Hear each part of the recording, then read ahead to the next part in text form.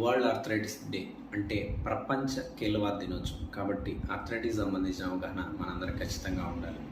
ముందుగా ఆర్థరైటిస్ అంటే ఏంటి? ఆర్థరైటిస్ మన బాడీలో ఒకటి లేదా అంతకంటే ఎక్కువ జాయింట్లు నొప్పి, వాపుకు గురయ్యి మనం డైలీ వారీ చేసుకునే పనులకి ఇబ్బందిని కలిగిస్తే దాన్నే మనం ఆర్థరైటిస్ అంటాం. ఈ ఆర్థరైటిస్ ఎన్ని రకాలు? ఈ ఆర్థరైటిస్ మోర్ దెన్ 100 టైప్స్ ఉన్నాయి. వీటిలో ముఖ్యమైనవి ఆస్టియో ఆర్థరైటిస్ అంటే మన ఎముకలు అనేవి అరిగిపోవడం అనమాట. ఇది ముఖ్యంగా మనం పెద్దవారిలో గమనిస్తూ ఉంటాం. మోకాళ్ళు అరిగిపోయినాయి అని మన పెద్దవారు ఎక్కువ కంప్లైంట్ చేస్తూ ఉంటారు.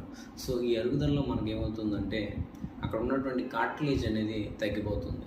దానివల్ల ఎముకలు ఒకదానికొకటి రాపిడికి గురయ్యే అవకాశం ఉంటుంది. దానివల్ల మనకి ఎక్కువసేపు కూర్చొని లేస్తే మోకాళ్ళు పట్టేసినట్టు అనిపిస్తాయి. నడిచేటప్పుడు మోకాల్లో సౌండ్ టక్ టక్ అని సౌండ్ వస్తూ ఉంటుంది. అలాగే మెట్లు ఎక్కేటప్పుడు దిగేటప్పుడు బాగా ఇబ్బందిగా అనిపిస్తుంది. అక్కడ ఉన్న ఎముక కూడా పెరగడం వల్ల మోకాళ్ళు గుచ్చుకున్నట్టు అనిపిస్తుంది. ఈ లక్షణాలు అంటే మనం దాన్ని ఆస్టియో ఆర్థరైటిస్గా భావించవచ్చు. తర్వాత రుమటాయిడ్ ఆర్థరైటిస్ అనేది మనకి స్త్రీల్లో ఎక్కువగా గమనిస్తుంది. ఇది ఫస్ట్ స్మాల్ జాయింట్స్తో బిగిన్ అవుతుంది. స్మాల్ జాయింట్లు అంటే మన వేల్ జాయింట్స్. బైలేటరల్లీ సిమెట్రికల్. ఫస్ట్ ఈ చేయి జాయింట్స్ ఎఫెక్ట్ అవుతాయి. సేమ్ అదే విధంగా ఈ చేయి జాయింట్స్ కూడా సైడ్ బై సైడ్ అనేది ఎఫెక్ట్ అవ్వడం జరుగుతుంది. జాయింట్స్ బాగా విపరీతమైన నొప్పి, వాపు అనేది ఉంటాయి. కొంచెం కదిలించినా కూడా బాగా పెయిన్ అనిపిస్తూ ఉంటుంది. ముఖ్యంగా పొద్దున్నే లేచినప్పుడు ఒక అరగంట పాటు జాయింట్లు అనేవి బాగా పట్టేసినట్టు అనిపిస్తాయి. కొంచెం కదలాలని కూడా బాగా ఇబ్బంది అనిపిస్తుంది. ఈ రుమటాయిడ్ ఆర్థరైటిస్ అనేది మన బాడీలో ఉన్నటువంటి వ్యాధి నిరోధక శక్తి మనకే వ్యతిరేకంగా పనిచేయడం వల్ల వస్తుంది.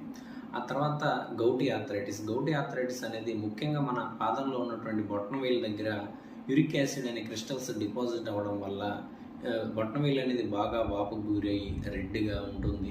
నొప్పి బాగా అనిపిస్తుంది. జస్ట్ టచ్ చేసినా కానీ భరించలేనంత నొప్పి అనిపిస్తుంది. అప్పుడు మనం దాన్ని గౌటీ ఆర్థరైటిస్గా నిర్ధారించవచ్చు. అలాగే యాంకిలోజింగ్ స్పాండైలైటిస్. ఈ యాంకిలోజింగ్ స్పాండైలైటిస్ అనేది వంశపారపర్యంగా రావచ్చు, లేదా జెనెటిక్ ఫ్యాక్టర్స్ వల్ల కూడా రావచ్చు. ముఖ్యంగా ఇది మన వెన్నుముకను ఎఫెక్ట్ చేస్తుంది. వెన్నుముకలో ఉన్నటువంటి ఫ్లెక్సిబిలిటీ, వంగే గుణాన్ని దెబ్బతీస్తుంది. కాబట్టి వెన్నుపూస కదలికలు బాగా ఇబ్బందికరంగా నొప్పిగా అనిపిస్తాయి. ఆ తర్వాత పోస్ట్ ట్రామాటిక్ ఆర్థరైటిస్. ఎప్పుడైతే మన జాయింట్స్కి దెబ్బ తగులుతాయో ఆ తర్వాత వచ్చే ఆర్థరైటిస్నే మనం పోస్ట్ ట్రామాటిక్ ఆర్థరైటిస్ అంటాం. అలాగే జూవెనైల్ ఇడియోపతిక్ ఆర్థరైటిస్. 16 సంవత్సరాల లోపు ఉన్న పిల్లల్లో వచ్చే కీళ్ళవాత సమస్యని మనం జూవెనైల్ ఇడియోపతిక్ ఆర్థరైటిస్ అంటాం. ఇది 1000 మందిలో ఒకరికి వస్తుంది.